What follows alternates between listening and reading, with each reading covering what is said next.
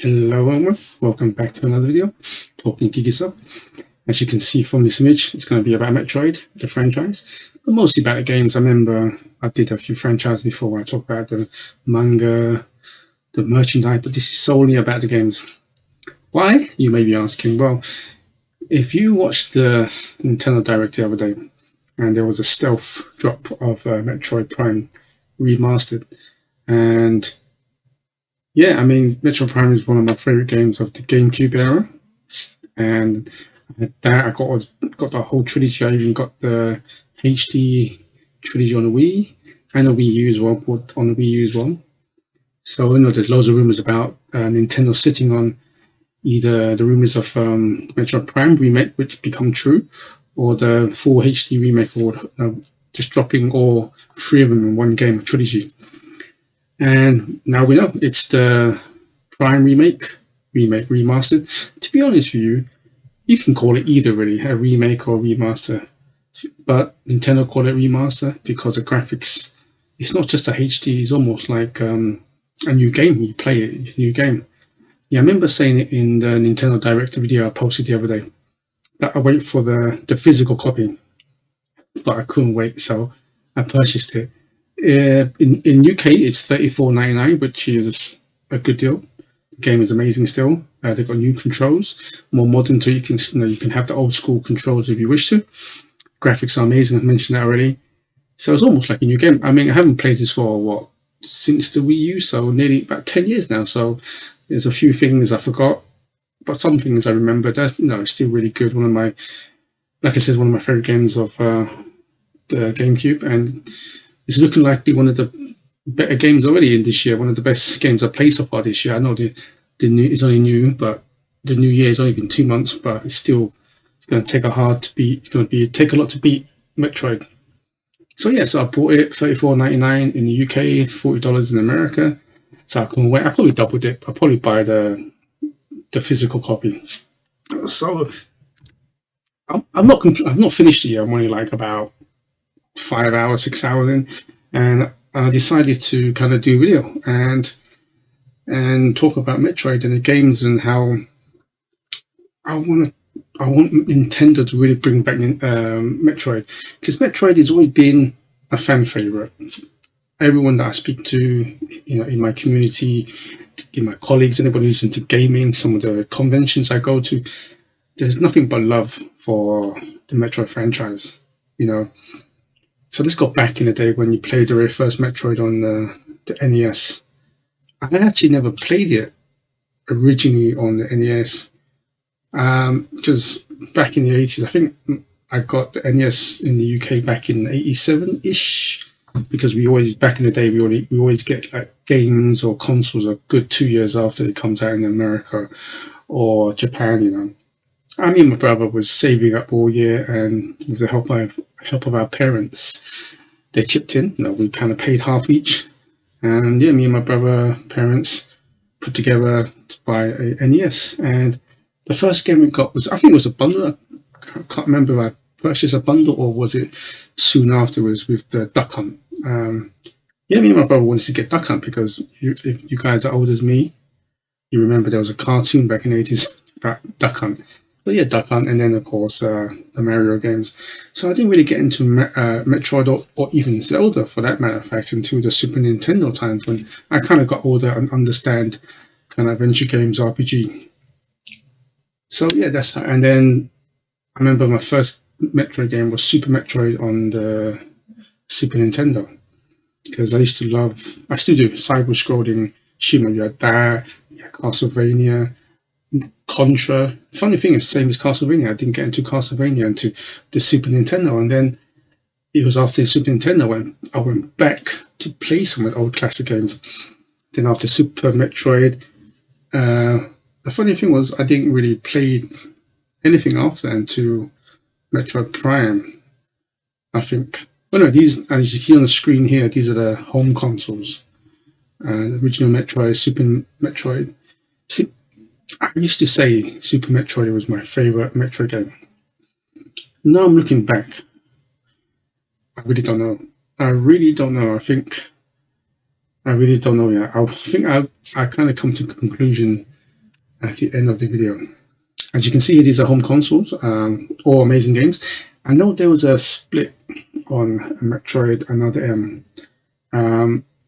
It's probably the weakest in kind of like the 2000 onwards kind of games, or the would you say the Metroid 3D games? I think it's definitely the weakest, but I personally didn't mind it. I didn't think it was as good or as bad as some people say. There's a few issues, of course. Controls. I would love to see Nintendo do a remake, remastered of a Metroid Another M. Just kind of work out some of the controls and some of the systems, and I think it'd be a great game. Well, that's my opinion anyway. Then you got moving on to the Metroid Handheld. I mean, I think between the Super Nintendo area all the way to GameCube, a lot of Metroid games came on handheld, the Game Boy, which The Return of Samus, Metroid 2. I didn't play that originally. I played it a lot later because I got the Game Boy. I got the Game Boy about 90, 91, around that time. Anyway, and yeah, mostly played Tetris really in the Mario games and the Link Awakenings. But I played Link Awakenings on the Game Boy Color, if I remember correctly. So I never really played Metroid 2 because I don't know. I just think like the look was too slow, especially coming off playing Super Metroid as well. But as in saying that, the other handheld game like Fusion, Zero Mission, Hunters, Pinball's not a bad game, and Metroid Returns on the 3DS, which is the remake, which is amazing. So all sideways scrolling game, which I still edge that style over 3D, maybe because there's more 2D Metroid games. So that's probably it. And then now we made the switch. Metroid Dread. That is my favorite side-scroll 2.5D Metroid game. 3Ds games, Metroid Prime, the first one is my favorite, and then the Corruption, and then Prime 2 Echoes. What's the future holds? Metroid Prime 4. That trailer's been out, what? The first trailer, 2017, 2018, E3. 5-6 years now. It was originally supposed to be developed by Namco Studios, and I think Nintendo about a year later just scrapped it because it wasn't up to their standard. I remember hearing this about Nintendo wanting to do a 3D first-person shooter when they gave it to Namco. I originally saying in my mind, I'm thinking that was an odd combination because why wouldn't you use Retro Studios? Because they have a proven track record with the trilogy. I know that Retro Studios has been doing like assisting a lot of Nintendo projects, like the Donkey Kong series. They helped with a lot of the Zelda games and other projects as well. But I didn't understand why they didn't give it to Retro straight away. And then Nintendo must have saw what Namco was doing and realized, oh no, it's not just standard. And then Retro comes in and did like a little what do you call like a promotional sizzle reel or whatever to convince Nintendo to give them the project, so they kind of scrapped it and restarted it again. So here's what I'm thinking. I don't want to be a prediction, but here's what I'm thinking, and I really do hope it's true. This is just me being a bit of a fanboy. So we got Metroid Prime Remastered, stealth launch February. Okay, and then we may have another direct in June, July, summer. And then they announce Metroid Prime 2 remastered, and then they stealth drop it. Okay, and then around September, remember they always have a September, October direct, and they announce Metroid Prime 3 remastered, and they stealth drop it. And then Metroid Prime 4 is going to be the November, December, winter, autumn big launch, right? Imagine that. So you get all three trilogies, like almost like every quarter of the year, and then boom, for like the holiday season, you got Metroid Prime 4. Wow. Of course, that's not going to come true, but hey, I can always fantasize about that. But if they did, that'd be cool, right? Then I'm hoping they release a Mario game this year, almost like repeating when Nintendo Switch launched. You had the Zelda and Mario later on, because Mario is such a big game. I mean, the first Mario Odyssey came out, what, October? The thing about Mario games and even Zelda games, they don't need a release window. A lot of games get released on the November, late October, November period, holiday season, right? They need that period. But Zelda and Mario games are so big now, they can just drop anytime and still sell tens of millions of copies. So Nintendo doesn't need a Mario game in November. It can just do what Odyssey did in October and still sell 25 million. They can have October for Mario, and then November you have Metroid Prime 4. And there you go. He's hoping, you never know, right? It could come true. And I hope it does come true. If it does come true, that'd be like a Metroid Prime, Metroid fanboy orgasm. So Nintendo, as you can see, I did a Nintendo with pillars. What I think the franchises are holding Nintendo up. Some may disagree, but some of it just me just thinking from my vast 30 plus years of gaming history, and sometimes maybe a bit biased towards some of the franchises. So we start with Super Mario and Zelda, the two big pillars on each side. They're the main pillars of Nintendo. That's me personally.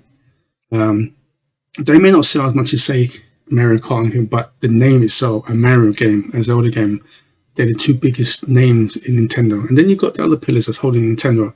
Start with Donkey Kong. I know. You can probably, a lot of people probably say you can replace that with maybe a Fire Emblem or maybe a Splatoon or what have you, right? But I'm speaking from my old school experience. I think Donkey Kong did help Nintendo. I mean, come on, they did the original Game & Watch Donkey Kong, and you know, if it weren't for Donkey Kong, Mario won't even exist. So, and I'm hoping the rumors are true that Donkey Kong 64 remake or a new 3D Donkey Kong to revitalize their franchise. And then Metroid. I've always thought Metroid is one of the big pillars. I know it's not as big as Mario or Zelda, and even today it's still kind of lacking behind some of the newer franchises. But with what they've done recently with Metroid Dread in the Samus Return remake, and now the Prime remake, and then Prime 4 is coming out, I think what Nintendo's doing, I think they're doing it correctly, is slowly bringing Metroid back to the public conscience. You know, one after the other. It's not like boom, one after the other. It's like they've been careful, and hopefully it go back to the glory days. But then again, you can argue, did it really have a glory day? It was one of those kind of like a cult following, wasn't it? And I just want that to be part of a pillar, and I hope Nintendo will put more emphasis on that. You got Super Smash Brothers, of course. I mean, come on, 30 million, best fighting game of all time. Mario Kart, consistently sells, and what is it now, 52 mil or something like that, and Animal Crossing. So these are the ones I feel that are Nintendo's pillars. Yes, you can argue maybe Donkey Kong and Metroid may not be there. You can probably replace Donkey Kong and Metroid with, say, Fire Emblem and Splatoon, for example. Right? But I'm just speaking from my 30 years of experience and 30 years of gaming. That's why I put them. And I want a Donkey Kong and a Metroid game. Well, there is a Metroid game I'm talking about, to really re-establish themselves. But anyway, I'd like to say, let me know what you think Nintendo's pillars are. And I'd just say thank you for watching. And please subscribe for more talking geeky stuff. And until next time, good morning, good afternoon, and good evening, wherever you're in the world. And please stay safe. Goodbye.